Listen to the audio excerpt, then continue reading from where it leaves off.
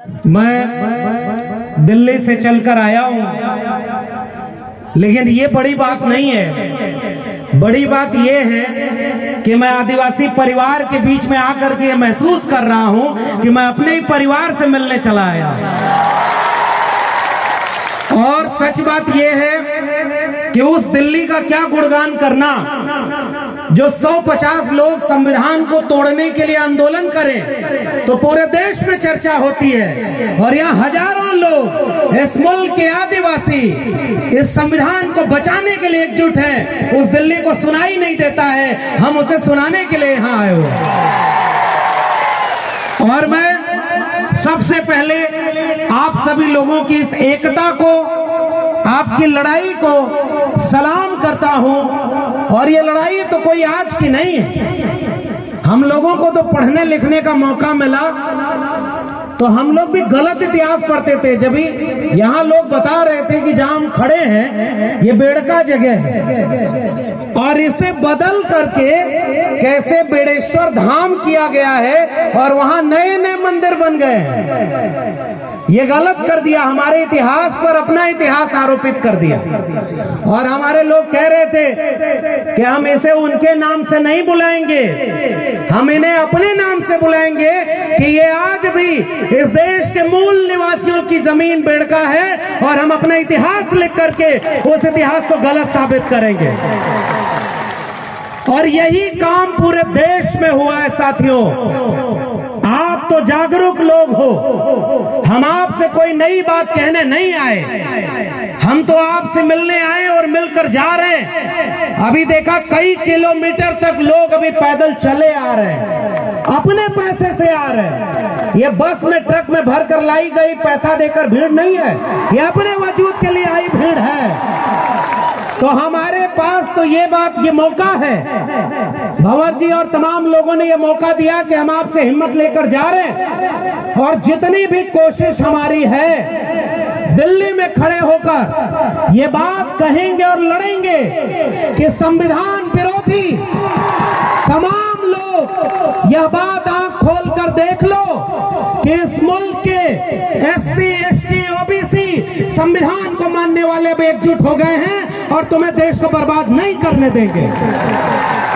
तो पहली बात यही कि साथियों एकजुट होने का वक्त है। मैं तो आदिवासी समाज से आता भी नहीं, मैं तो OBC समाज से आता हूँ। OBC मतलब जानते हैं, और मुझे पता चला है कि इस कार्यक्रम में ढेर सारे OBC भी आए हुए हैं। और आपके बारे में तो हमें भी 2 साल पहले पता चल गया था कि जिन आदिवासियों को बनवासी करके तोड़ने की कोशिश हो रही थी 7-8 साल पहले उस आदिवासी परिवार ने एकजुट होकर सबको जोड़ने की कोशिश कर ली और आपने क्रांति कर दी है भाई। मैं आपको सलाम कर रहा हूं। और आपने जो 2 विधायक जिताए उनमें से एक तो हमारे पिछले दिनों दिल्ली गए थे, अपने विद्यार्थियों को, अपने इलाके के छात्रों को एरोप्लेन में लेकर के पूरा दिल्ली घुमाया कि जागो और पढ़ाई करोगे तो एक दिन दिल्ली पर तुम कब्जा भी कर लोगे, ये कहने की बहुत जरूरत है। और ऐसे वक्त में ले आए हैं वो दिल्ली जब इस देश में एक प्रधानमंत्री ऐसा बैठा है जो पहले जब चुनाव लड़ रहा था तो वादा क्या किया था कि वो बेच रहे हैं भारत को, मैं चैन से कैसे सो जाऊं, सौगंध मुझे इस मिट्टी की, मैं देश नहीं बिकने दूंगा। बोला था ना, आप लोग भी सुने थे ना कि देश बेचेगा नहीं, न खाऊंगा और न खाने दूंगा, ये नारा लगाया था ना। अब जब प्रधानमंत्री बन गया तो 8 साल में क्या कर रहा है, पहले रेल बेच दिया, फिर बैंक बेच दिया, फिर LIC बेच दी, फिर BSNL बेच दिया, हमारी जल जंगल जमीन को बेच दिया, हमारी शिक्षा में 13 पॉइंट रोस्टर ले आया था कि हमारे प्रोफेसर भी न बन पाए, और जहां हवाई जहाज वालों को, हवाई चप्पल वालों को हवाई जहाज में चलाएंगे, हवाई जहाज भी बेच दिया। पूरा देश बेचते बेचते अपने दोस्त को दुनिया का दूसरा अमीर आदमी बना दिया और पूरे देश को नीलाम कर दिया है। ऐसे वक्त में हम खड़े हैं, तो मैं तो ऐसे क्रांतिकारी लोगों को सलाम कर रहा हूं। आपने ऐसा विधायक चुना जो आपके विद्यार्थियों की शिक्षा की चिंता करता है। मैं तो उत्तर प्रदेश का रहने वाला हूँ, वहां जो विधायक और सांसद दिल्ली और उत्तर प्रदेश में है वो स्कूल और विद्यालय की चिंता नहीं कर रहे हैं, वो शौचालय और देवालय की चिंता कर रहे हैं और रोज उनको लड़वाते हैं। अब एक बात बताओ, आप इस मुल्क के मूल निवासी कौन? ये हम लोग हैं ना। मैं ओबीसी समाज से आता हूँ और एक ही बात, दो बात कहने आया हूँ। पहली बात तो शिक्षा की करने आया हूँ। मैं दिल्ली विश्वविद्यालय में पढ़ाता हूँ और पता है अभी परमानेंट प्रोफेसर नहीं हूँ, टेम्परेरी हूँ। टेम्परेरी मतलब समझ रहे हैं? वो वाला टेम्परेरी नहीं जिसमें प्रधानमंत्री भी टेम्परेरी होता है, 5 साल बाद उसको चुनाव लड़ना होता है। और वो ऐसे बन गया जैसे लग रहा है पूरा देश उन्हीं का है और देश बेच दो।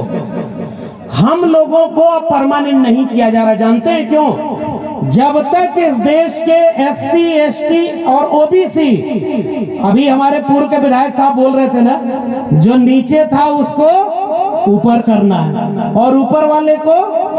और मुझे पता चला कि बेड़का जहां पर ये कार्यक्रम हो रहा है, देश में बुलडोजर चल रहा है संविधान के ऊपर और लोगों को घरों को गिरा रहा है। बेड़का में कुछ दिन पहले बुलडोजर चल रहा था जमीन बराबर करने का, चल रहा था ना।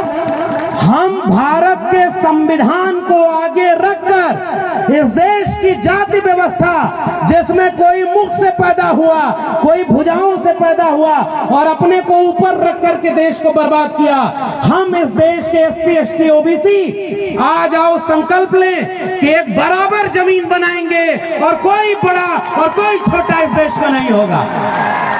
भाई इस देश को बनाया हमने, इन बंजर जमीनों को उपजाऊ बनाया हमने। और हमारे पुरखों की तो तस्वीर लगी है साहब, बाबा साहब डॉक्टर अंबेडकर और बिरसा मुंडा, टंटिया मामा, जयपाल सिंह मुंडा, सिद्धू कानू, तिलका माझी, अगर ये न होते तो ये देश ऐसा कभी नहीं बनता। यह बात मैं आपसे कहने आया हूं कि हमारे पुरखों ने ये लड़ाई लड़ी है। और मैं पहली ही अपील आपसे कर रहा हूं साथियों, बहुत सारे लोग बोलने को हैं, इस देश के सबसे पुराने इलाकों में से एक, सबसे पुराने बाशिंदे आप हैं ना, और आपने इस मुल्क को बनाया है ना।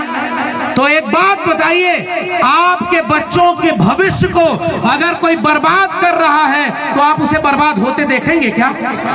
क्या अपने बच्चों के भविष्य को बर्बाद करने देंगे क्या? अरे भाई इस देश में जिनको आपने बड़े बड़े नेता बनाया, वो रोज मंदिर मस्जिद, हिंदुस्तान पाकिस्तान और हिंदू मुस्लिम में पूरे देश में दंगा करवा रहे हैं। और हमारे बच्चों की स्कूल विश्वविद्यालय सब निजी हाथों में बेच दिया ताकि हमारे आपके घरों के बच्चे न पढ़ पाए।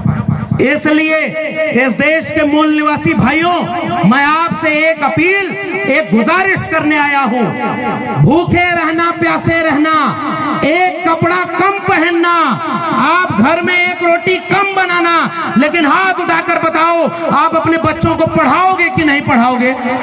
स्कूल भेजोगे कि नहीं भेजोगे? आप सब कुछ सह लेना लेकिन अपने बच्चों को स्कूल भेजना। बाबा साहब डॉक्टर अंबेडकर ने एक बात कही थी, जिस दिन इस देश में मंदिर जाने वाली भीड़ स्कूल जाने लगेगी, उस दिन इस देश में क्रांति हो जाएगी और इस देश को कोई गुलाम नहीं बना पाएगा। तो जो विधायक ने अभी 25, 30, 50 बच्चों को दिल्ली लेकर के दिखाया कि ये दिल्ली है जहां से पूरा देश चलता है, तुम्हें पढ़ लिख करके DM SP, doctor, engineer, professor और जज बनना है। एक बात बताओ इस देश के आदिवासी लोगों, सुप्रीम कोर्ट में कितने जज आपके हैं पता है? 0 है। आपके हाई कोर्ट में कितने जज हैं? आपके प्रोफेसर कितने हैं? सब 0 हैं लगभग। और सारा कब्जा किसने किया है? 5% लोगों ने इस देश के 90% जगह, जमीन, प्रोफेसर, डॉक्टर, इंजीनियर सब पर कब्जा किया है। क्या हम लोग गुलाम हैं क्या? हमारे पुरखों ने लड़ाई लड़के इस मुल्क की मिट्टी मिट्टी को बचाया है ना। मुझे याद आता है बिरसा मुंडा का वो इल्गुलान, जब उन्होंने कहा था कि हमारी जल जंगल जमीन पर हमारा हक है और जितने बाहर से आए हैं, चाहे वो अंग्रेज हो, चाहे वो यहाँ के सामंती जमींदार हो, वो सब दिक्कू हैं और इन दिक्कुओं के खिलाफ हम उल्गुलान करते हैं और अपने मूल निवासियों के हक के लिए लड़ेंगे। बिरसा मुंडा ने क्या इसीलिए लड़ाई लड़ी थी कि आज 75 साल बाद इस मुल्क के सुप्रीम कोर्ट में आपके जज ही ना हो? आप, मैं दिल्ली विश्वविद्यालय से आया हूं भाई, और आपसे कहने आया हूं कि आपके प्रोफेसर वहां नहीं है। 92 कॉलेज दिल्ली यूनिवर्सिटी के हैं, उसमें से एक भी कॉलेज का प्रिंसिपल कोई आदिवासी नहीं है। ये किसका देश है भाई? न जज हमारे, न वकील हमारे, न डॉक्टर हमारे, न इंजीनियर हमारे, और रोज ये कहते हैं हिंदू मुस्लिम के खिलाफ लड़ाने के लिए। अरे हमारे पुरखों को जब मौका मिला, सिद्धू कान्हू तिलका मांझी को, बिरसा मुंडा जयपाल मुंडा को, अंग्रेजों के खिलाफ भी बगावत की थी। आज वो लोग शासन कर रहे हैं जो अंग्रेजों से माफी मांगते थे। पहचाने कि नहीं? अंग्रेजों से माफी मांगते थे ना। अंग्रेजों से जो राजा महाराजाओं का इतिहास पढ़ाया जाता है, और हमारे यहाँ खड़ी गम्मो कहते हैं, मूंछ पर राजस्थान को ताव देते हुए कहते हैं कि राजपूताना शान है।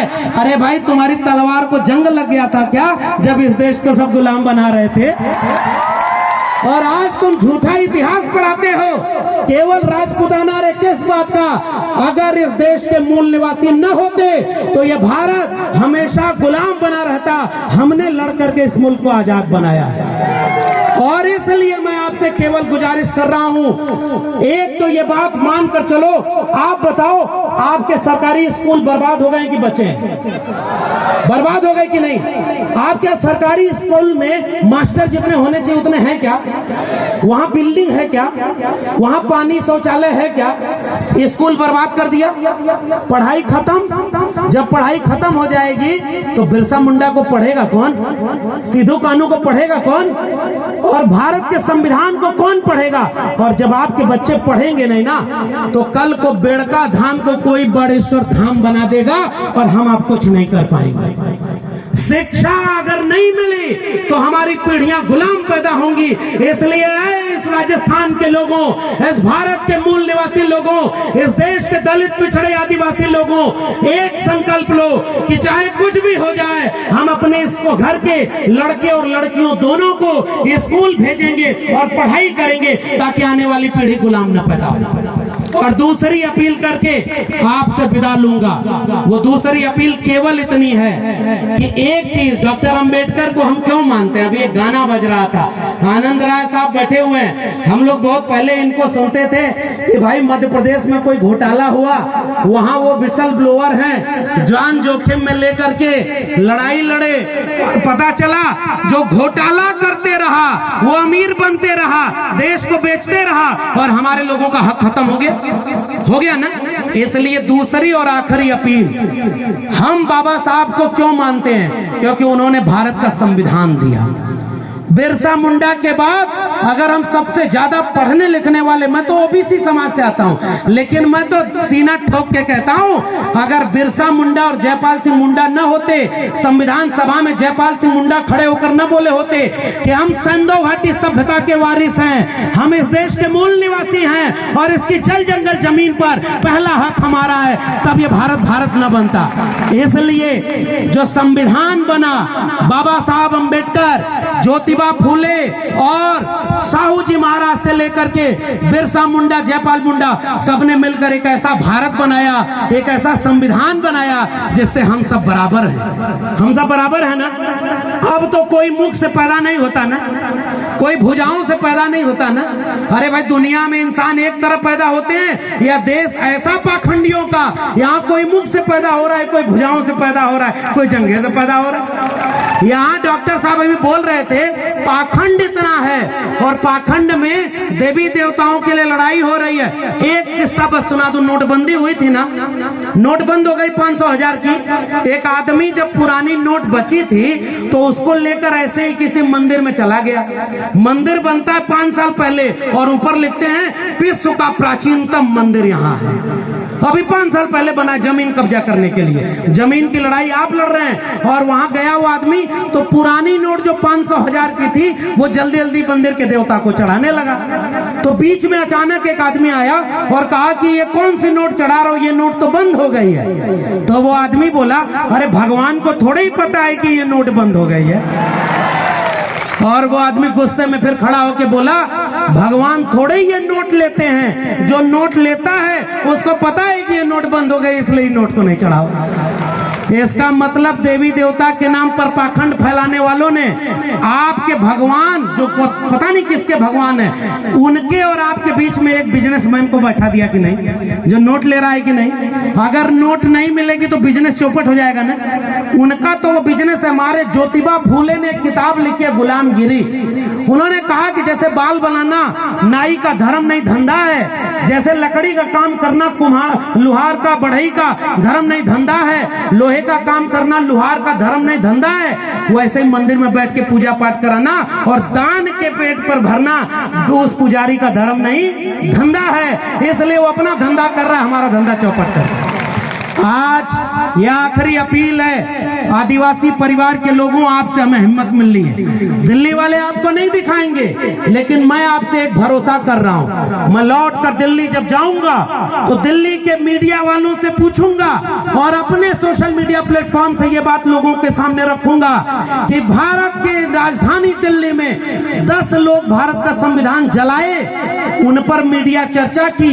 ये हजारों लोग भारत का संविधान बचाने के लिए आए हैं, तुम्हारी मीडिया में क्यों इसकी खबर नहीं है? ये मैं सवाल पूछूंगा उनसे। और दूसरा सवाल करूंगा, जो भारत के संविधान को जलाया, जो देश में मुसलमानों के खिलाफ दंगा करवा रहा है, मंदिर मस्जिद में लड़वा रहा है, वो जेल में नहीं है। और हमें पता चल रहा है राजस्थान, मध्य प्रदेश, उत्तर प्रदेश, जहां जो दलित पिछड़े आदिवासी अपने हक के लिए लड़ता है, उसको फर्जी मुकदमे में जेल में डाल रहे हैं। क्या ये भारत के संविधान की हत्या है कि नहीं है? जोर से बोलिए, भारत के संविधान की हत्या है कि नहीं? क्या भारत के संविधान को खत्म किया जा रहा है कि नहीं? क्या भारत के संविधान को खत्म होने के बाद हमारा कोई हक बचेगा? जोर से बोलिए। भारत का संविधान नहीं रहेगा तो हम रहेंगे क्या? संविधान खत्म हो गया तो क्या हम रहेंगे क्या? अगर SC ST OBC आपस में लड़ते रहे तो क्या संविधान बचा पाएंगे क्या?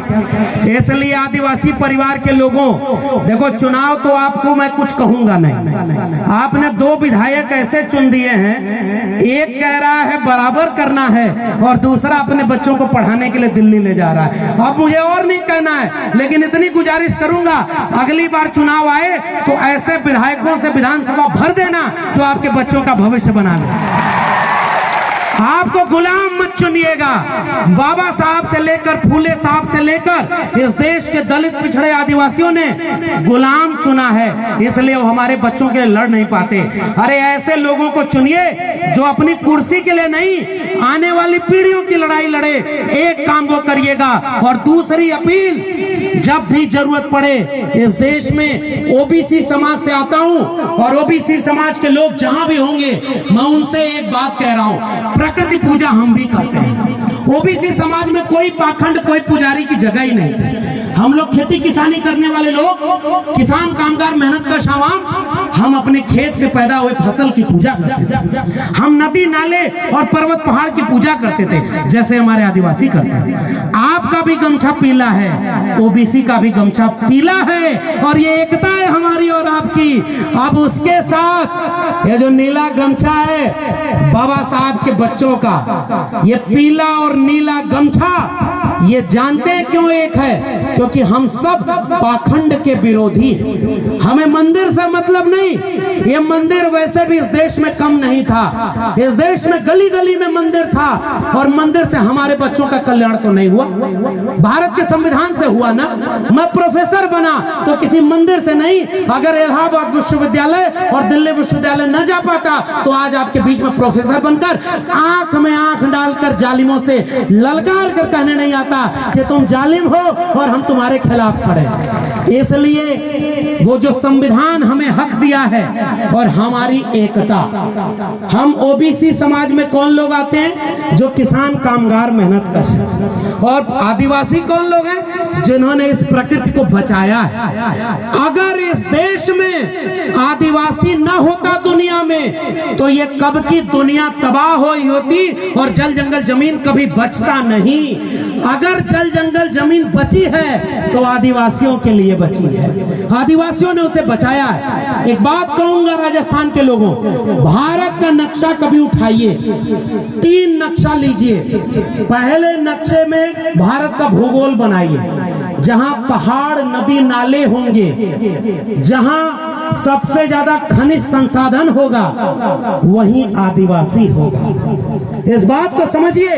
और आपकी जमीन छीनी जाएगी ताकि किसी अंबानी और अडानी के हाथों आपकी जमीन और खनिज संपदा बेच दी जाए और आपको मजदूर बना दिया जाए। क्या आप मजदूर बनने को कबूल करेंगे? क्या जल जंगल जमीन छोड़ देंगे क्या? और वही जल जंगल जमीन तो हमारी ओबीसी की भी लड़ाई है। अगर खेत नहीं होगा तो इस देश का ओबीसी भी कुछ नहीं कर पाएगा।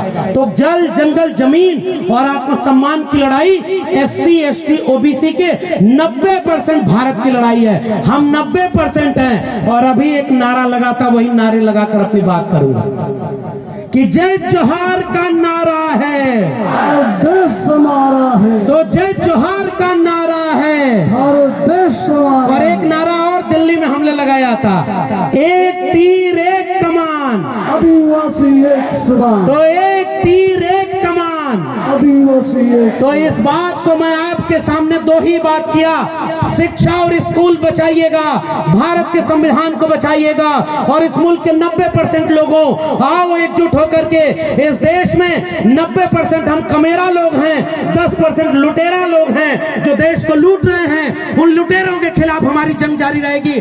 बहुत बहुत धन्यवाद। जय भीम, जय मंडल, संविधान जिंदाबाद, इंकलाब जिंदाबाद, उल गुलाम जिंदाबाद। जोहार जोहार। बहुत बहुत धन्यवाद प्रोफेसर साहब।